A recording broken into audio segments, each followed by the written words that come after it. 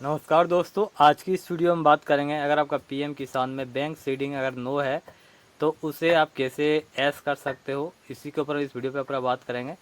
Video को पूरा आपको देख लेना है तो ही आप समझ पाओगे। तो यहाँ बता दें कि अगर पीएम किसान में आपका 2 किस्त या फिर 3 किस्त अगर नहीं आया है तो उसे आप कैसे बैंक सीडिंग अगर ऐस करना चाहते हो तो कैसे क्या क्या करना है वो आपको हम पूरा बताएंगे।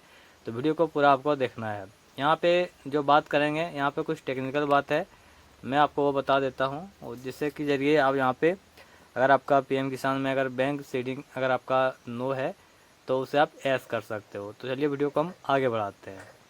तो दोस्तों मेन मुद्दा पे हम आते हैं। जैसे कि आपका हो सकता है बैंक सीडिंग जो प्रॉब्लम है आपका पीएम किसान में, और अगर आपका मान के चलिए मैं यहाँ पे अलग अलग बैंक का बारे में पूरा बताऊंगा। जैसे कि आपका हो गया अगर आपका पंजाब नेशनल बैंक में हो गया आपका अकाउंट, या फिर स्टेट बैंक ऑफ इंडिया में आपका अकाउंट है, या फिर आपका ग्रामीण बैंक में अकाउंट है, बैंक ऑफ इंडिया में, मतलब जो भी बैंक में आपका अकाउंट है।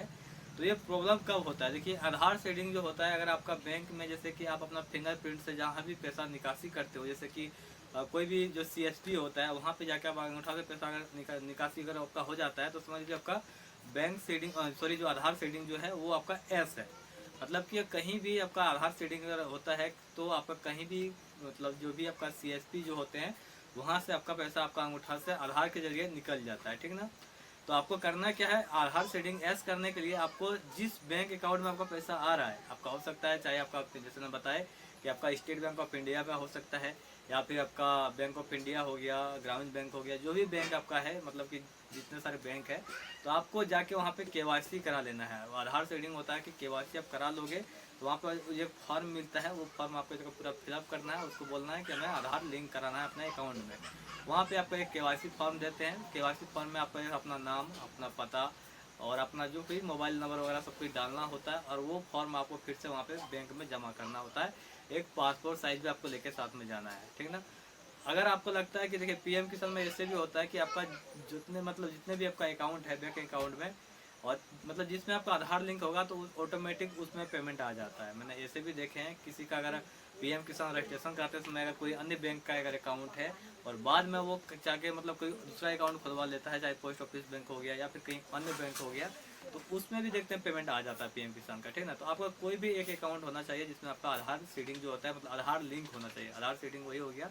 अगर आप कोई भी अगर हो सकता है अगर आपका एक ही बैंक है, चाहे आपको स्टेट बैंक हो या फिर आपका ग्रामीण बैंक हो, तो आप जाके केवाईसी करा लेना, उसको बोल देना कि हमें आधार लिंक कर दीजिए अपने अकाउंट में। तो वही जो किस आपका जो है मैंने बताया कि आपको एक केवाईसी फॉर्म देता है, वही फॉर्म आपको फिलअप करके जमा कर देना है। अब यहाँ पे बात होता है कि हम अगर मान लीजिए आज, जैसे कि आज के डेट में मैंने केवाईसी जाके वहाँ पे जमा कर दी और आधार सीडिंग मेरा कितना दिन के बाद ऐप होगा। देखिए ये जो है इसमें टाइम लगता है, हो सकता है 2 महीना टाइम लगे, 3 महीना टाइम लगे, 4 महीना टाइम लगे। मतलब कि वहाँ पर आधार सीडिंग जो आपका नो है वो मतलब कि ऐस होने में कुछ टाइम आपको लगता है। आपको सिर्फ अपना काम करा लेना है। क्या क्या काम कराना है आपको, बहुत जो जरूरी बात है वो आपको हम बता देते हैं। पहला जो है कि आप अपना जो केवाईसी जो पीएम किसान में केवाईसी भी होता है, हो सकता है अगर आपका केवाईसी अगर नो हो तो भी आपको ये प्रॉब्लम होता है। तो आपका नज़दीकी जहाँ भी आपका प्रज्ञा केंद्र है उससे भी जाके आप केवाईसी करा सकते हो। और अगर आपका आधार कार्ड में मोबाइल नंबर लिंक है तो आप अपने से भी